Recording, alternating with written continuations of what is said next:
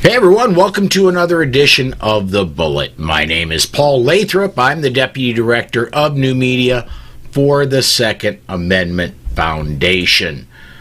As we get going here, first of all, I hope you've had a Merry Christmas. As we get going here today, no matter where you're watching us, if you're seeing live video, you ought to be able to comment there. Except if you're on Twitter, I do request you tweet with the hashtag #TheBullet. And if you really want to get a comment in and you haven't seen it, even though you've commented somewhere else, still go to Twitter and tweet with the hashtag #TheBullet. I'm experimenting with new distribution software. And that distribution software is supposed to be bringing me the comments from everywhere. So we'll see. Let me go ahead and bring in my co-host today, my commentator, Charlie Cook from Riding Shotgun with Charlie. Charlie, thanks for coming along for the ride today, man. Always a pleasure to be here. Always a pleasure. So, was Santa Claus good to you this year? Yeah, Santa was good. My requirements are minimal. So I got a couple things from the kids, and then I get to spend time with the kids and time with some friends and having a great meal and great company and, a couple of adult beverages. And it was very low-key, which is really fantastic. Very cool. Well, I am, and that was probably the cause of the cough you see. This is my sole Christmas present that I got. I requested specifically no Christmas presents. If you want to give me a present, show up at Christmas. Everybody but my nephew got the message. And my nephew says, I'm going to start watching you now that you're on Rumble. I'm going to start watching you now that you're on Rumble. And so, whoops. Hello. That wasn't cool. So you got yourself a house fire. Right in my crotch, which is right where you want it. This is live TV, people. Live I'm TV. telling you, man. I am telling you. So let me make sure I've got comments up and ready to fly. And I do. So again, comment if you want to get your if you get your comment in, it may be read on the air. I want to start off with a story that Tom Knighton. This is a story from Friday. Tom Knighton wrote it on Bearing Arms. And the big thing is that Thursday, SAF, it was minutes after the governor signed New Jersey's carry law into law, SAF filed a lawsuit. It was just bing, bing. Joining the SAF in the lawsuit are Firearms Policy Coalition, CNJFO, and NJ2AS. Filed in the U.S. District Court for the District of New Jersey, known as Coons et al. Versus Reynolds et al. And I'm going to scroll down a little bit. I'm going to get two quotes from this press release. We're asking, this is my boss, Alan Gottlieb, we're asking for a declaratory judgment against certain tenets of the new legislation. We are seeking a preliminary and or permanent injunction restraining the defendants and their officers, agents, and other employees from enforcing the challenged segments of the law, which is almost all of it.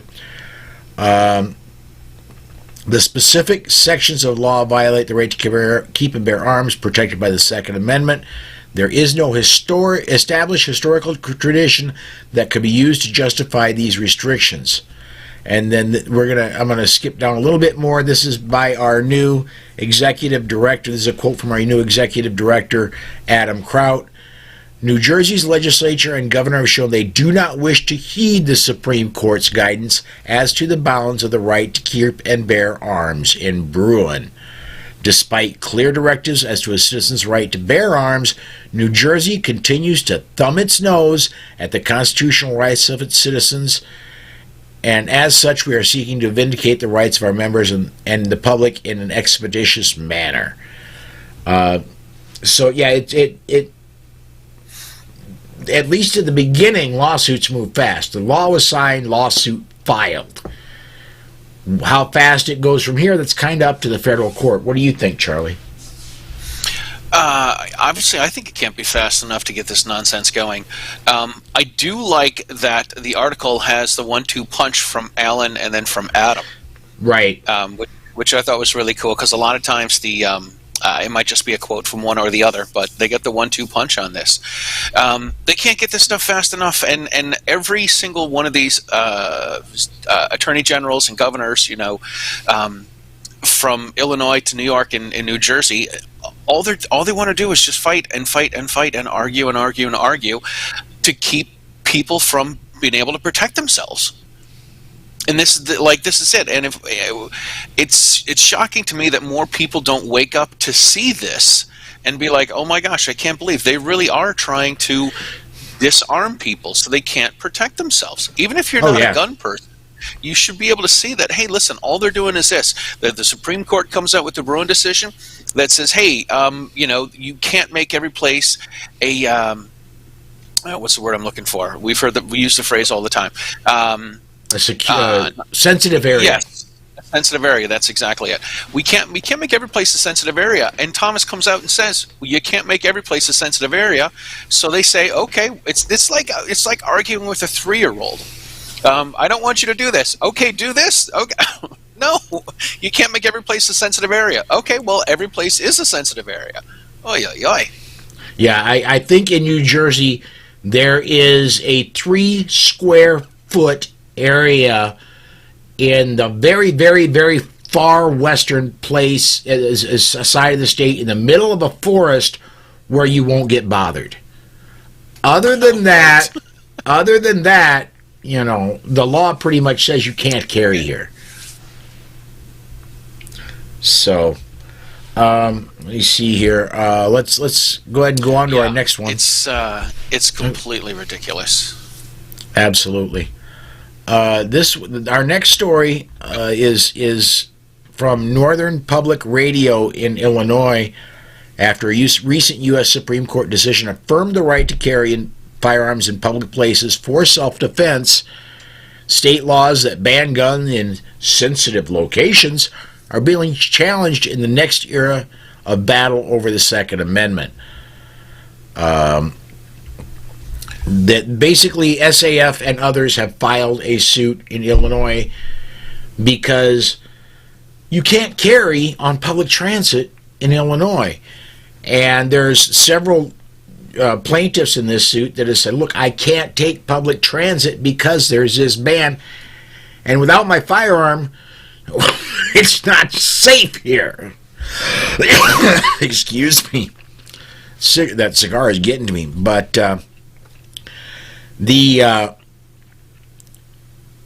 what gets me here is the argument by the other side. You have to be harmed in order to sue, and the state's attorney said, well, these people aren't harmed because they're saying they're not taking public transportation, therefore there's no harm. What they're saying basically is you have to go onto public transportation, get raped or murdered before you're harmed, and then you can sue, is what the state of Illinois is saying. It's completely asinine. First, I love that Northern Public Radio is still NPR. It is. It really is. And you would think with all of the crime that's happening in Chicago, they would want more law-abiding citizens who have gone through 16 hours worth of training, to including live fire, to be able to protect themselves when they're on public transportation. With the murder rate in Chicago, with all the violence in Chicago, you would think that they would want more people to protect themselves, because we do know that more guns equal less crime, and when more people are carrying, and the bad guys know that more people are carrying, then bad guys do less of their bad guy activities. They certainly do. They certainly do. Let me get a comment in here real quick. 2 comments, actually, I want to get in real quick. First one from 500 Magnum. Biden is always talking about so-called gun violence, but he literally traded the most dangerous arms dealer in the world for a basketball player. And not only that, 500 Magnum, I'll say this. I think I have more viewers than the WNBA does. Did you see Did you see this comedian? I saw this on TikTok 2 or 3 weeks ago, and the comedian says, "Listen, if you want to get people to not pay attention to the NRA, make it the WNRA." That's good. That's good. I thought that was great. When I'm sure my phone's hearing me talk about this. When it comes up, I'll send it to you. All right. Next one I want to get up. George says from the YouTube side, George Geller says, public transit is very scary in many cities today. You know, and I mean, let's go ahead. No, you first, Charlie. Over the summer, there was a shooting in the subway in New York City with a guy who brought a gun from Pennsylvania. He bought it in, Ohio 10 years ago, 12 years ago, then moved to Pennsylvania. All of it's legit, all of it's legal.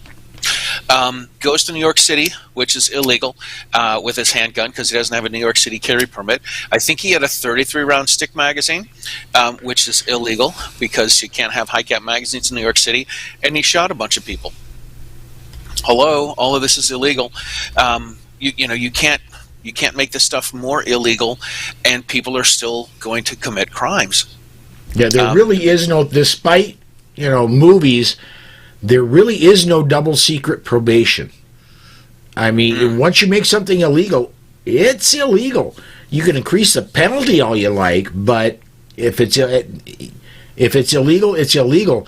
And, oh, by the way, you have to get your prosecutors to prosecute it. You have to get your judges to sentence it, which, So, yeah. It's nuts. So, I mean, the public transit's not safe in a lot of the big cities. So why shouldn't people, again, particularly in Illinois, 16 hours worth of class, why shouldn't they be able to carry in someplace? Yeah. If you make the hoop higher for people to jump, and then they jump through that hoop, and then you make it higher and they jump through that hoop, and you make it higher and they jump through that hoop, and then you turn around and say, oh, you can't carry anywhere. Why am I jumping through these hoops? And the bad guys, I love when Teresa Einiger says, the criminals are already carrying in these prohibited places. Why can't I? You're absolutely right. And I want to go off script here. And there was a shooting. There was one fatality. And I'm going to go ahead and I'm going to call it a gang-related shooting, although the media hasn't said that, in the Mall of America. And media up here is just eating that up. There have been 5 arrested. And what gets me, the Mall of America is now and has been since the day it opened. I know, I was there the day it opened. Is now, always has been a gun-free zone with signs all over the stinking place. And so this couldn't have happened. I mean, the criminals, like Woods says over here, criminals, bad guys don't follow laws you don't say. They've declared it gun-free zone, saying you can't carry here. So how could that shooting have happened? I had a friend that says, listen, if there's a law that would have stopped crimes from happening, how come Congress hasn't enforced it? How come they haven't come up with it? How come they haven't drafted it? How come there wasn't a bill? If there was really something that was going to stop people from committing crimes. But there's not. We can come up with all these laws. We can come up with all these gun-free zones in sensitive areas, and people who want to do bad things are still going to do bad things in these areas. And all they're really doing is building more victims. They're creating more victims by not letting people be able to protect themselves. I love this comment from George. Mall of America, they adopted a new spelling, M-A-U-L. Nice. We've got this some. Is why we're the best viewers. Absolutely. Yes, absolutely.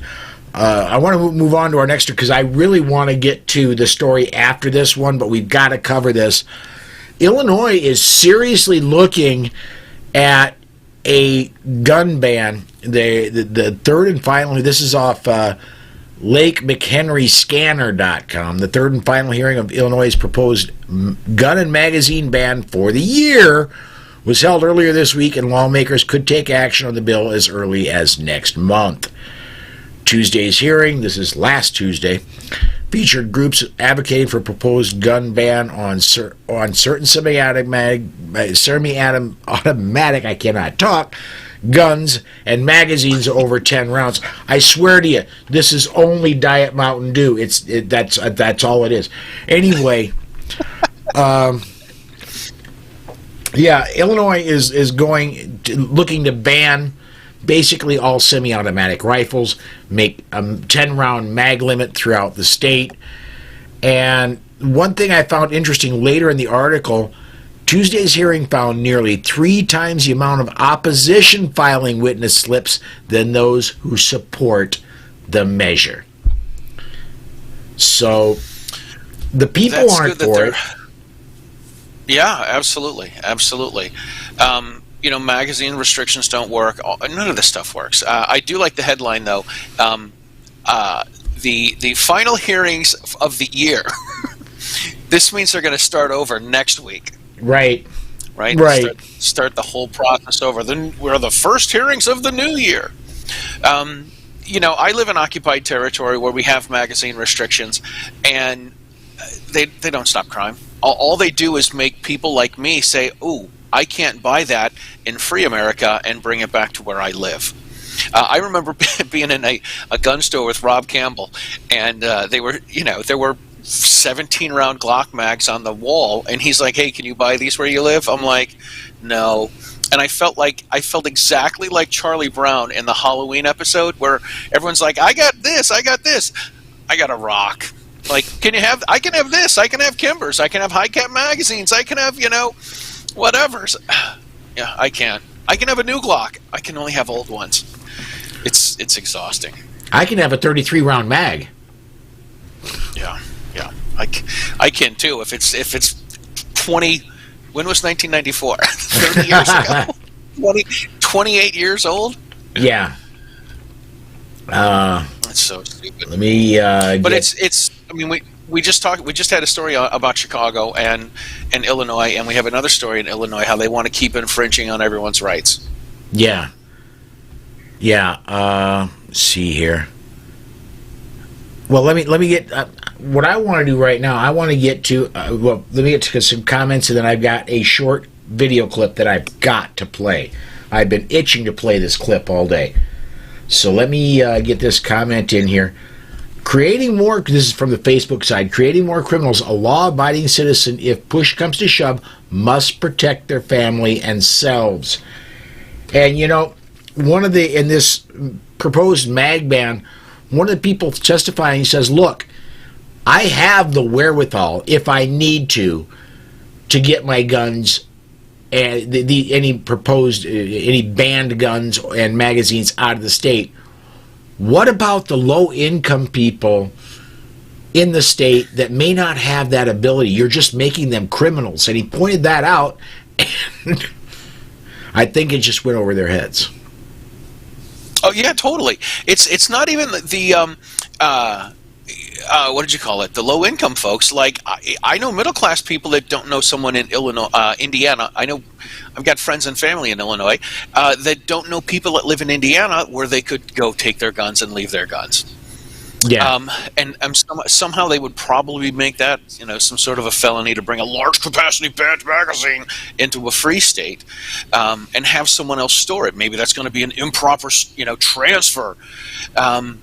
All this nonsense, and I mean, what do they want people to do? I've got a friend, that lives in occupied territory that has a number of high cap magazines at this place called Gun Sitters, and what they do is they hold on to people's property in a state where it's legal to have this, and so that when things finally pass in this particular state, he can get his belongings back, and then of course his intention is to probably sue the state for the storage fees that he had to pay, the rental fees to rent the space. Okay.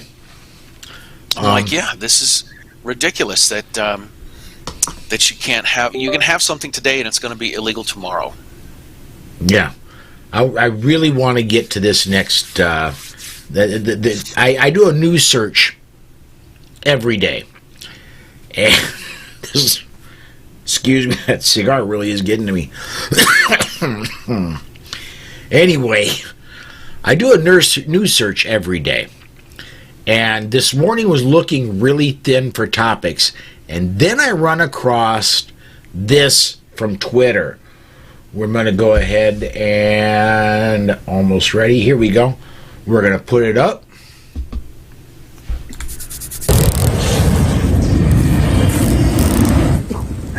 Perfect. I think this. Perfect. That is my governor, Kristi Noem. I am so jealous. She's hot. She's got camo. She's hot because she's firing a flamethrower. But yes. It makes me want to put some gasoline behind my ears. That is the wonderful thing about living in a free state is that I mean, in South Dakota, there are absolutely no restrictions that you can own pretty much anything you like as long as it's not federally banned. And Kristi Noem 2 years ago was making a comment about, can I get one of these? And her staff this year gave her one for Christmas. That's where that video came from. That's off of Twitter. So nothing says celebrating the birth of Christ like a flamethrower. You know what I mean? I'm telling you, man. I'm telling you.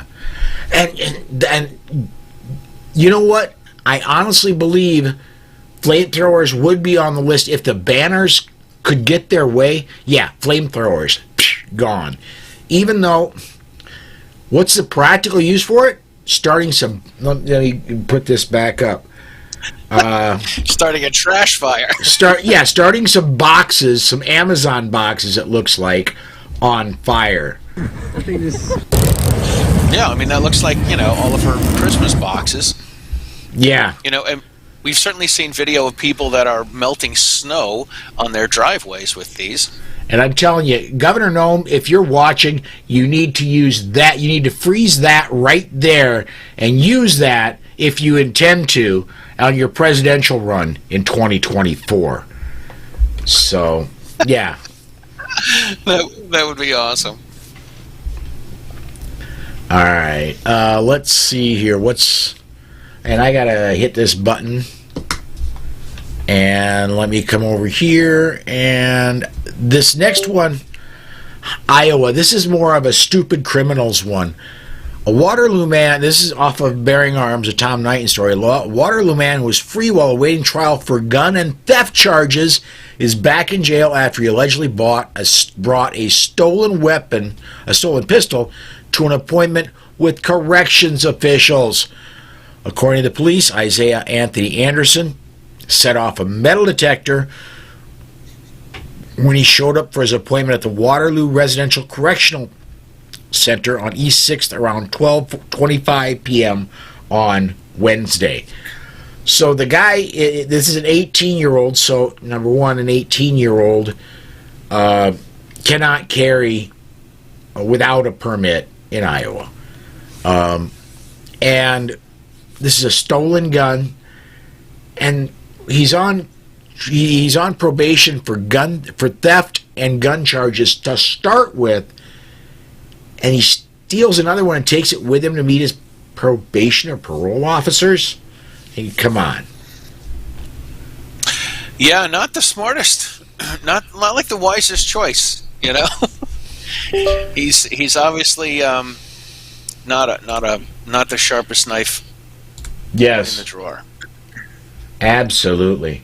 I'm going to go ahead and our next story, and this got another video clip in it. This video clip's a little longer and not quite as pleasurable to look at. Who doesn't want to watch a governor with a flamethrower? But anyway, this next clip, there is a show that is on both PBS and CNN called Amanpour and Company. By the way, I wonder if Cam has trademarked Cam and Company, and if maybe he could, But Senator Chris Murphy was on, and they treated him, of course, very, very nicely. I'm going to start this clip, and I pretty much guarantee you we're not going to treat him as nicely. Leading off the clip is the reporter asking Murphy a gun control question.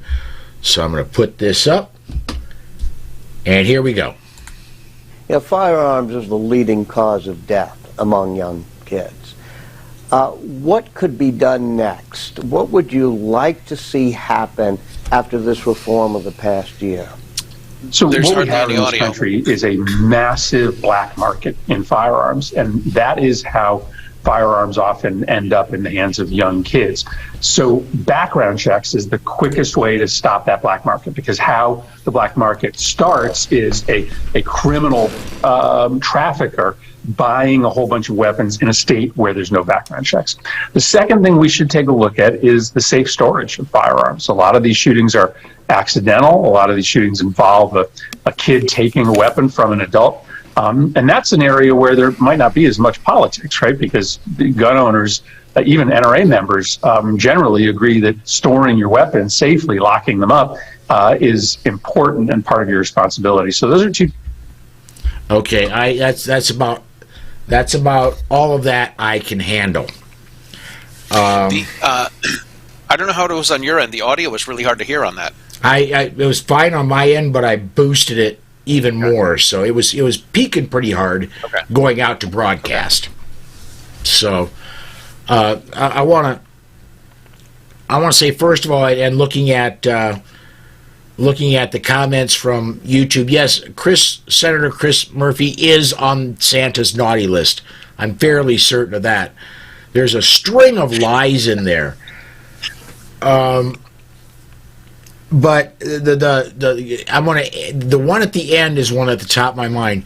Even most NRA members are for expanded background checks. No, actually, they're not. That is a very old survey that was a tiny, very well-picked group of people that were polled. And it's been disproven time and time again. As a matter of fact, look at Oregon, where they barely passed draconian gun control laws. That alone is... The general public doesn't like it and barely passes it. I don't buy that 90% of NRA members want more gun control. Yeah, I mean, look, I never understand what I get. There's a background check to see if there's any criminal charges or any pending charges or restraining orders or anything like this.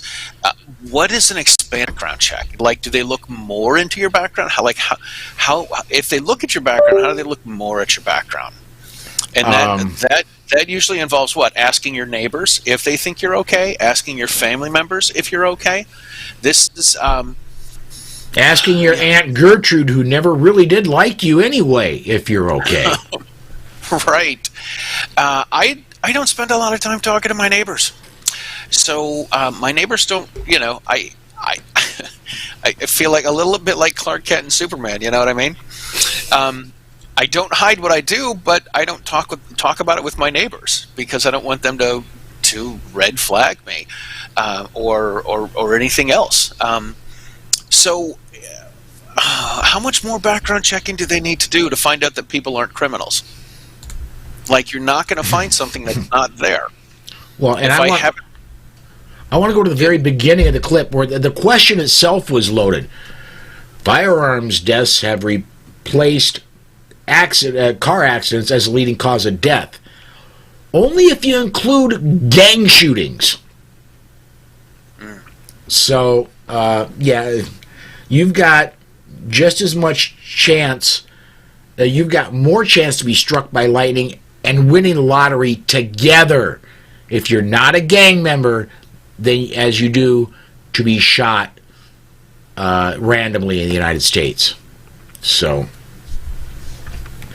let me get, and this one, this comment goes to that. Let me shut my alarm off because it doesn't need to go on the air. But let me get this comment up. This from Tom Walls.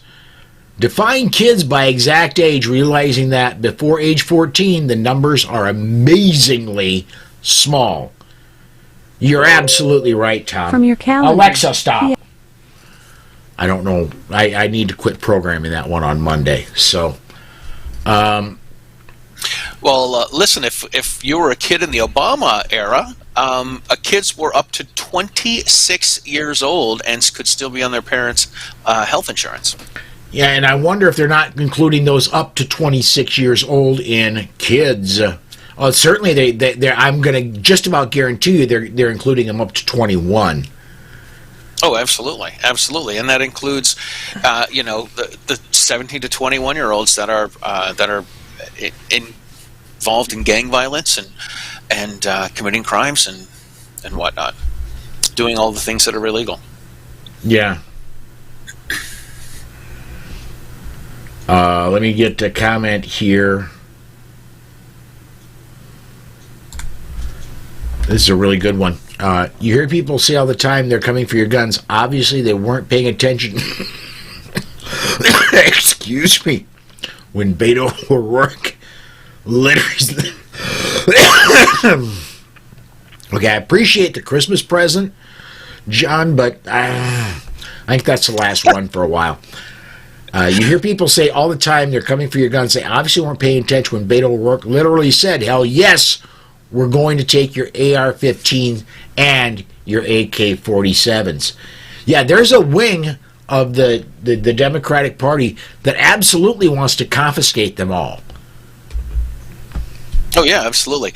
And, I'm going to put John Kerry and Beto O'Rourke together and say Beto O'Rourke wasn't for... he was for gun control before he wasn't for gun control. Right? Yes. Yeah, so, when he ran for governor of Texas, all of a sudden, when he ran for president is when he said, hell yes, we're going to take your AR-15s. When he ran for governor, that governor of Texas, that just kind of got shuffled, with the media's help, swept under the rug, and yeah. You can't change your colors that fast, which is why I don't trust. Oh my God, who's the woman from Ohio that just went from a Democrat to independent? She was in your state. You were going to go to an event. Oh, and she's it's Tulsi Gabbard, and she's Hawaii. Yes, Hawaii. Okay. Yes, I talked with a friend of mine, and her name comes up. He's like, "Hey, you should look at her," and I'm like, "I don't trust her." He's like, "She's pro-gun." I'm like, "She's newly pro-gun." Yeah, she's not in Congress anymore. She is. How do I put this? I'm going to compare her with my governor, Kristi Noem. Kristi Noem has been in the governor's office now for 5 years. She is solidly pro-gun, and when she was in Congress, she was pro-gun, and the very first law she signed into law in South Dakota when she became governor was permitless carry. She's been down the line pro-gun the whole way. Tulsi Gabbard, yeah, she was for banning certain semi-automatic rifles at one time. She was for magazine limitations at one time. If she's pro-gun now, I want to see her actually make statements that if I'm elected, and then follow that make her through. Pro-gun. Yeah. Yeah, like do something pro-gun other than say you're pro-gun, because that's just not enough. Yes, absolutely. Is she now both led? I'm gonna get myself into deep hot water here. Neither one of them are incredibly difficult to look at. However, I would trust Kristi Noem a whole lot farther than I would trust Tulsi Gabbard. We are now almost 5 minutes past the bottom of the hour, but let me get a couple. And we're lighting up the comments about when we bring up Tulsi Gabbard and Kristi Noem. Let me get a couple in here real fast. Tulsi has her own show on YouTube now. Well, anybody can have a show on YouTube. Yeah, exactly. Somebody on the Facebook side, and this when it says Facebook user, that's because it's inside the Polite Society podcast listeners page. That listeners group, that's the restream doesn't pick up names from there. But anyway, they Facebook Tulsi can't be trusted. You're right. CNT Designs and Arms says she's pretty hot, but I don't trust her for anything. And then let me see here. One more I want to get to. This one also off the Facebook users group for Polite Society podcast. During the Obama administration, France had more mass murders than the USA, and they're using gunfacts.info as the source. So, I did the French national anthem as a gungram, and I actually thought about using a water gun. You would have had to surrender it at the end of it, though. So, right. We got this nice World War II rifle, never used, one dent. Folks, first of all, I'm going to ask Charlie. Charlie, what's been coming up on Riding Shotgun with Charlie? Do you want to plug anything else? Because your arms are this wide with stuff that you're doing. Yeah, I've got, if people haven't subscribed to the Riding Shotgun with Charlie YouTube channel, please do. That's where I want to put everything and where I want to try to build the numbers up. I did a show 2 weeks ago with a couple of gals from the DC Project. They have a show called Sister in Arms. And tomorrow, as soon as we're done here tonight, I'm actually going to be doing some work to get a show out for tomorrow. And the show is with Antonia Akafar from Gun Owners of America. I interviewed her over the summer in Detroit at Rick Ector's event. So she's got some good stuff going on as well, and that's what's going to be coming out tomorrow.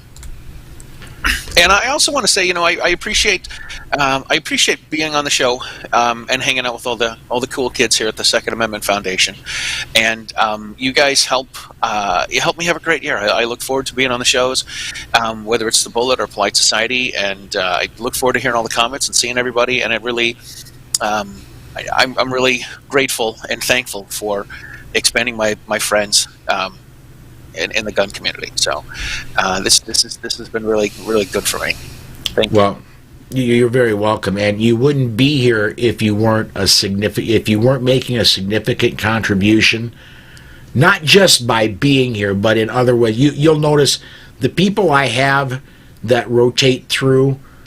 If you're here, if I'm talking with you on a regular basis, you're making a difference. You're not just there.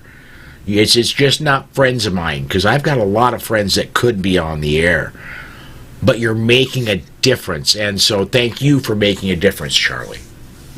Oh, thank you, man. I appreciate that. Now, normally we've been out of here 8 minutes ago. However, because of the Christmas season and most of the crew is doing something tonight, and the fact that Charlie and I pretty much covered a lot of the news that would have been covered anyway, we're not going to be doing a Polite Society podcast show tonight.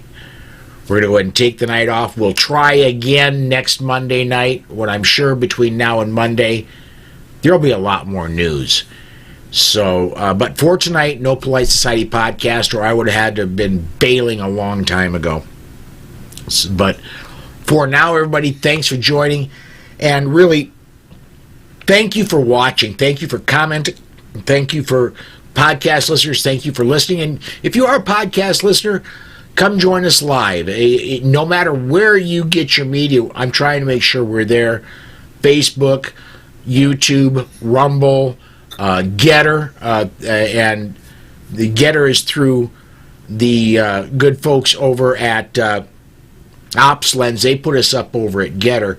I'm trying to make sure that everywhere you can catch live video, you can catch us. So if you're a podcast listener, do come join us sometime. And that's going to do it for us until tomorrow. Thanks, everybody, for watching, and we'll see you